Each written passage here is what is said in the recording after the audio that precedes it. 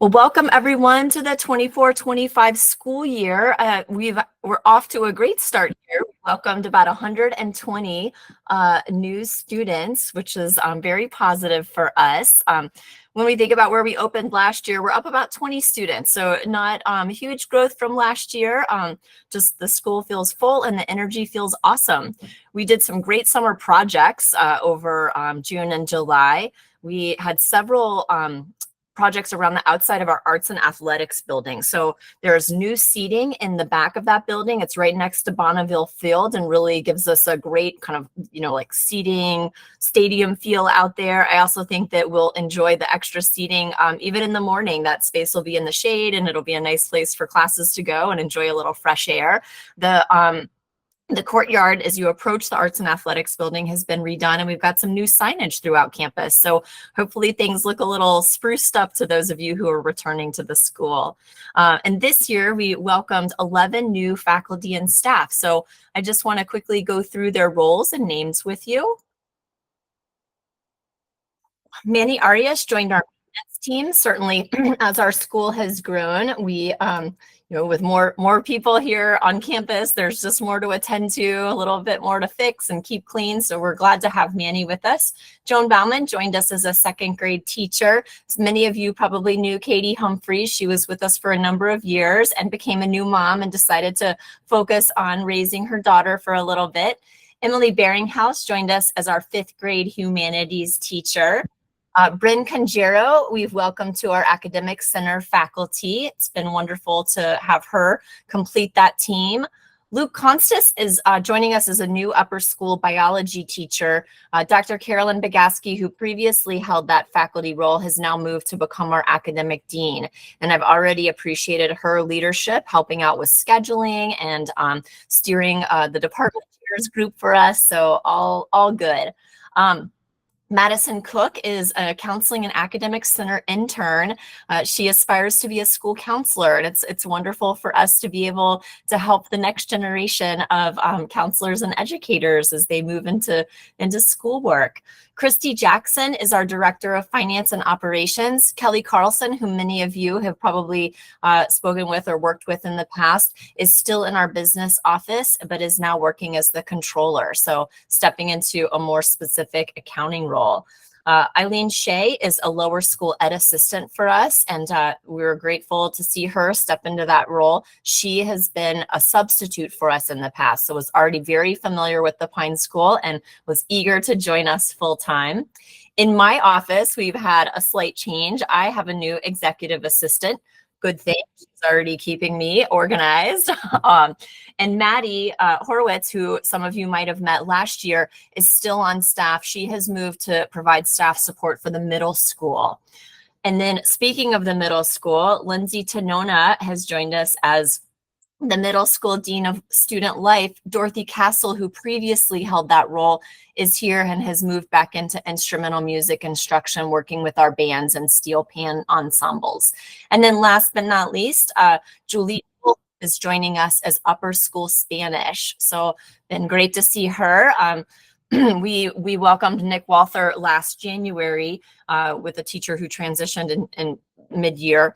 He's still on staff as well and is teaching middle school Spanish and some technology classes. So great to have someone with a technology background and that academic experience more fully round out our technology offerings. So great group of new people. And as I went through that, you probably heard me say, a lot of these people are coming into roles, not because people have left, but because, we're just wanting to make sure that we're really staffed to support all 490 students who are with us right now. A little bit more just to orient some of you who might be tuning into a virtual coffee for the first time. I always love to offer to parents who is here to help you. This decision you've made to send your child to the Pine School, it really is a partnership. And I want to make sure that the lines of communication are open and ready so we can assist you and work together. So always feel free to reach out to your child's homeroom teacher or advisor. They can be a great touch point, even if you don't know who to call, just to say, here's what's going on. Who do you think would be great to speak to? The assistant head of school, Kelly Hilton Green, is available. He oversees upper school student life and discipline, but also helps me with some campus-wide operational issues. Security is probably the biggest thing that's on his plate, security and crisis response. For division leaders, we've got Jen McDonough in the lower school, Jonathan Tulliver in the middle school, and Sean Carlson in the upper school. If you're having, a family situation or your child's navigating something tough, our counseling staff is absolutely terrific. This is social emotional counseling. College counseling is different, and that happens for our older students. But school counselors, we have Heidi Kay, who directs our program and also supports 7th through 12th graders. And then, of course, Jennifer Castellanos in K through 6 to support those students. Our school nurse is Andrea Palmer. And then we also have a technology team ready to troubleshoot with you if need be, and they can be reached at support@thepineschool.org. So just, great little roster here of lots of folks who would be so happy to help you out. I also want to orient you a little bit to the Pine School Parents Association. Our president for the 24-25 year is Evie Bashan. We're happy she's doing a victory lap for us. Really great to see her stay in that role. It's offering us some lovely consistency. The Pine School Parents Association has 2 goals.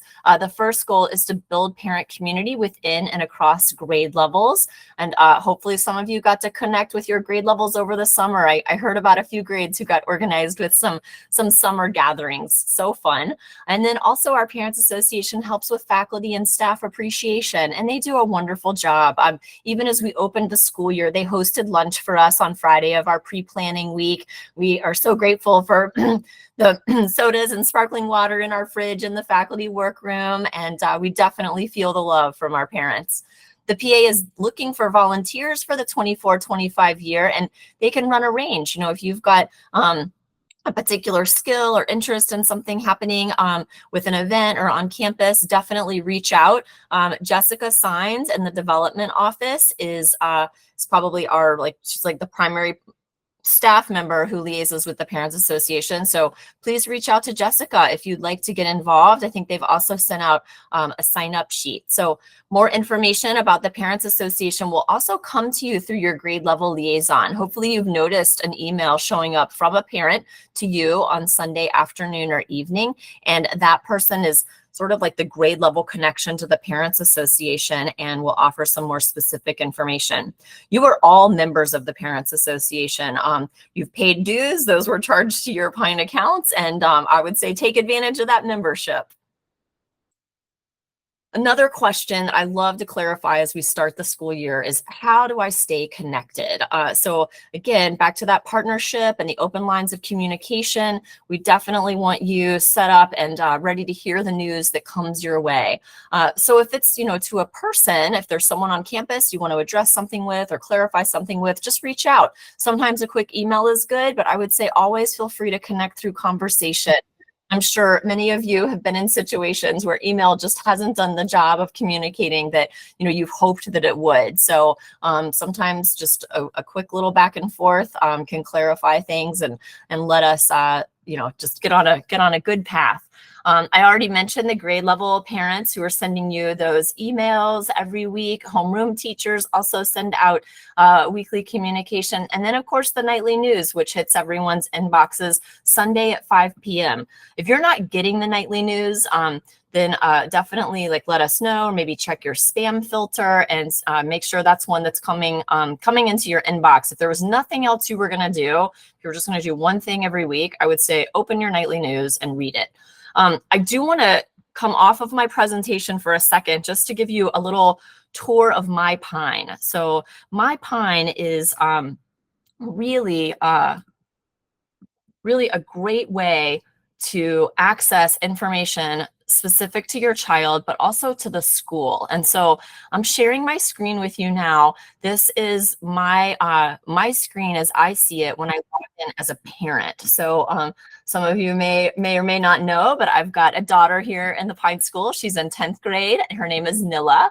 And if I were to click on Nilla's name here, it would give me specific information about her. That's where I could go to see her grades, to see her schedule, all that good stuff. I'm not gonna embarrass her like that right now, although I'm sure you all would keep that a secret for me. But I do want to just really talk to you about this landing page. So this resources page is just filled with information. There's so much that we produce here to offer information to parents. Newsletter archives, that's available to you if you think you've missed something important there.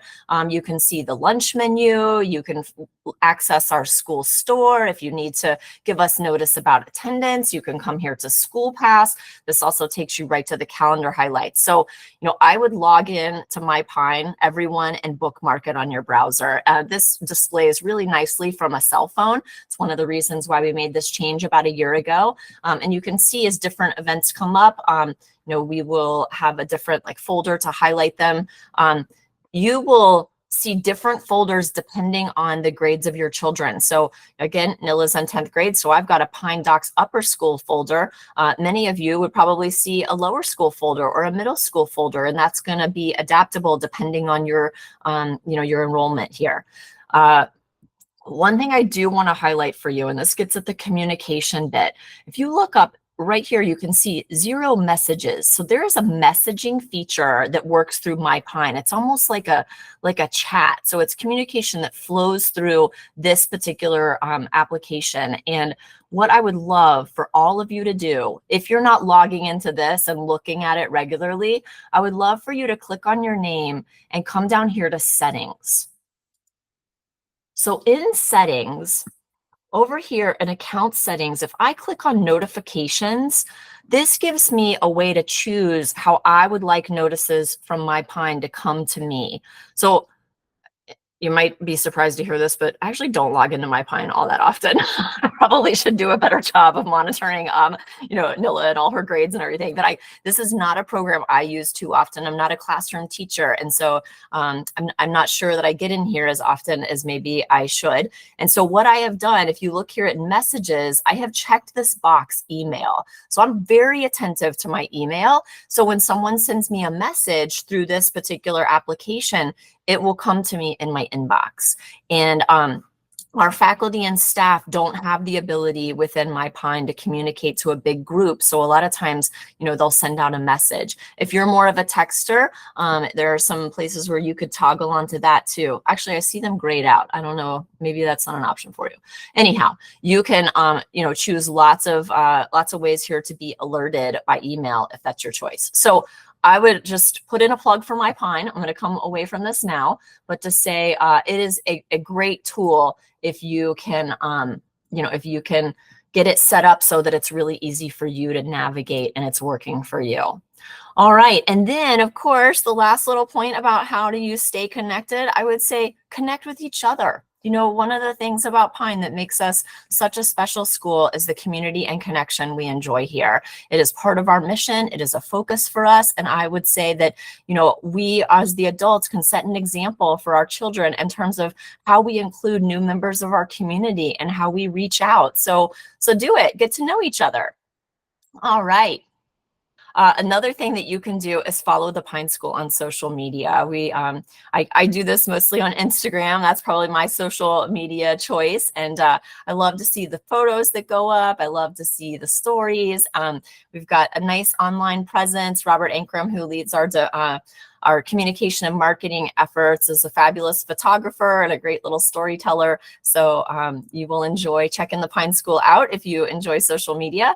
He also keeps a gallery of photos through Flickr, and that is linked on our website. And for different events, you can see a whole, whole swath of photos documenting different things that happen on campus. So enjoy all of that. And here just are a few highlights from our first few days. We've got some exciting stuff happening in a chemistry class there in the lower right-hand corner. And then, of course, our adorable newest class joining us in the bottom left there, and our seniors standing nice and proud in their area. And then, of course, some good buddies from middle school getting to reconnect with each other. All right, a few announcements as we continue through our virtual parent coffee. One of the biggest things that you might have noticed this summer as we started the year is that we changed the way that we are going to store cell phones during the day at the Pine School. The Pine School, for as long as I've been here, has always asked students to keep their cell phones off and away during the school day. So, we've known for a long time how distracting they are. And what's happened of late is just that, students aren't doing that. It's just too tempting to keep that cell phone with you and not put it in your locker and not keep it off. And in order to give them a focused day of learning, to free up our faculty to focus on teaching rather than, patrolling cell phone use, we are collecting them. So if you've got a student in 5th through 12th grade who's bringing a cell phone to school, they need to turn that in. And there are some great little boxes and bins in different administrative offices upstairs where they can turn in their cell phone and then pick them up at the end of each day. So I just want to thank you for supporting us with this new storage policy. Kids are able to leave their phones at home. That's probably even better. I think that I think we're going to see a really great change with the focus and attention we get from our students during the day. A few little safety notes here. If you are coming into Carline, please just approach Carline slowly. That is not the time to be breaking any land speed records. We've got adults and children in the area, so please just go slow. And then in the morning, please don't pass other cars. I monitor the south side, the lower school on 5-6 drop-off, mostly in the morning. And I've got cones out there to remind you not to pull around, but occasionally we'll have a parent hop out on the driver's side to help a child with something heavy. We even have student drivers who are learning, and they'll hop out of the passenger seat and trade places with their parent. And so it's just a little bit too dangerous to be passing in Carline in the morning. In the afternoon, we do have more people able to manage cars pulling out and know that we've got some cars who are waiting for kids to arrive. So we do supervise that a little bit differently, but just go slow, morning or afternoon. That's going to be the best thing to do to help us. And then as the school is growing, it's super exciting in our upper school. We've got 40 or more kids in every single upper school class. That is a Pine School first. So with our increased upper school enrollment, we have got more and more student drivers. All of our parking spaces in the north lot. So that's going to be the lot by the gym, the main gym. You have to turn to the right as you come into campus to get into that lot. All of those spots are numbered and assigned. So they are all assigned to either junior or senior drivers or faculty or staff who we've specifically designated to park in those spots. And so if you are a parent coming in to run a quick errand or pick a student up, whatever might bring you to campus, maybe a meeting, you really just need to head to the south lot and look for a space as you approach. You're welcome to park in some of the diagonal spots off our driveway. You're welcome to find an open spot in that south lot. And I just thank you for your cooperation there. We don't want anyone pulling in and seeing another car in their parking space. So a good problem to have, but nevertheless, something that we are navigating for the first time here. All right. I always love in these virtual coffees to go through upcoming events. I try and do a virtual coffee about every quarter. So I'll do 2 in the fall and then 2 in the spring. And I will take us through just events that you can look forward to until the next virtual coffee. So let me get started here. Back to that request that you get to know and welcome each other. I would love for you all to come to our parent welcome back reception. That's going to be here at the Pine School on Saturday. We have a great little time with the adults in our community, and we're going to host that on our new courtyard outside our Arts and Athletics Center. And so definitely make it if you can. We will have back to school night. It'll be next week on Thursday. That'll be a wonderful time to go through your child's classes or schedule if you've got a middle or upper school student, or spend time with their homeroom teacher for our lower school families. And then on the 23rd for the middle school and upper school students, we have a retreat day. So we don't host classes. They instead have an opportunity to do some really fun activities with their grade and just continue to get to know each other. And also kind of set the tone for the year ahead. We'll do a little bit of goal setting and other activities. On Tuesday, the 27th of August, we will have school photos. We do ask that our older students wear their blazers for those photos. They don't have to keep them on all day. And if they forget them, it's okay. We've got some in our used uniform sale. So we'll get them all spiffed up looking good. But if your student does have a blazer and can remember, we would love to see them in it on the 27th. On the 28th, this is just in, and actually I should have taken this tentative word off because it's not tentative. It is confirmed. We are going to have a Leader in Me parent coffee on Wednesday, August 28th. So Leader in Me is our character education program. We use it from kindergarten through 12th grade.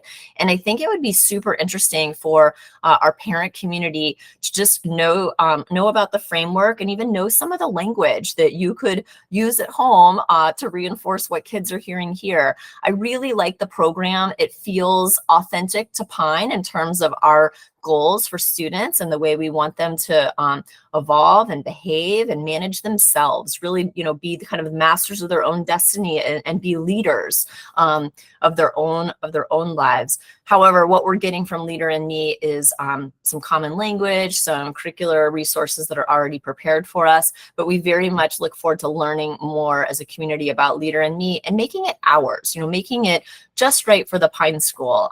But very exciting. We had a whole day of training during our pre-planning week, and the gentleman who led our pre-planning is assigned to be our trainer here at Pine. So we'll stay connected with him, and he will be here to provide some more training on the 28th and also to meet parents. He was a great presenter, so I think you would find him engaging and enjoyable if you're able to make that. I believe we're having it at 9 o'clock for that late start, so you could bring your kids in late and maybe stay for a little information. We will be closed on Labor Day. That will be a school holiday. And then a week or so after that, we'll have our honors assembly. Continuing through September, we will have our Night Fund Week kickoff on Monday, the 16th. That is hosted by the Development Office, and it is our focus on our main philanthropic goal for the year, our annual giving. And as part of Night Fund Week, our Parents Association hosts Pine Night Out. And we have 2 meetups, one north and one south, just to invite parents to meet folks who live near them. So we have one happening in Stewart, and we'll do one in Tequesta, and definitely encourage you to come out and enjoy that evening. It's really fun. On Thursday, the 10th, we'll be closed for Rosh Hashanah. We will have school on the 4th of October, though, so please enjoy a day off and come back on Friday. And then, oh, I got out of order here. I apologize. So I should have put homecoming week first. So 9/23 to 9/27. So right after Night Fund Week, we will enjoy homecoming week. That is definitely a bigger event for our upper school students. They have some great activities, and that works its way towards our homecoming game and pep rally on Friday, and then a dance they have on Saturday. But the homecoming game on Friday of homecoming week is a great one that we encourage families to come to. Just, super fun. Our older students also decorate hallways, and that can be a really cool thing to come check out. But we have a great time with homecoming week. On Wednesday, the 9th of October, we will have Professional Development Day. So we'll host some lower school conferences. We'll give some writing time to our upper school faculty, but we will have 8th through 11th grade students testing. So that's the day that we will administer the PSAT 8-9 to 8th and 9th graders, and then also the PSAT to 10th and 11th graders. That is a date that is set nationally by the College Board. So that's when we're giving it. And then a few short days after our Professional Development Day and testing, we'll have our October virtual parent coffee. That takes me through my virtual parent coffee I wanted to host for you all today. Kept it under half an hour. That's always my goal. Just a quick little jam-packed session of information. I thank each and every one of you for tuning in to hear this. Again, we'll have a recording of it on the nightly news. And I hope that you all have had a wonderful start to the 24-25 school year with your children. I look forward to seeing lots of you on Saturday night. Enjoy the weekend ahead, and go Knights.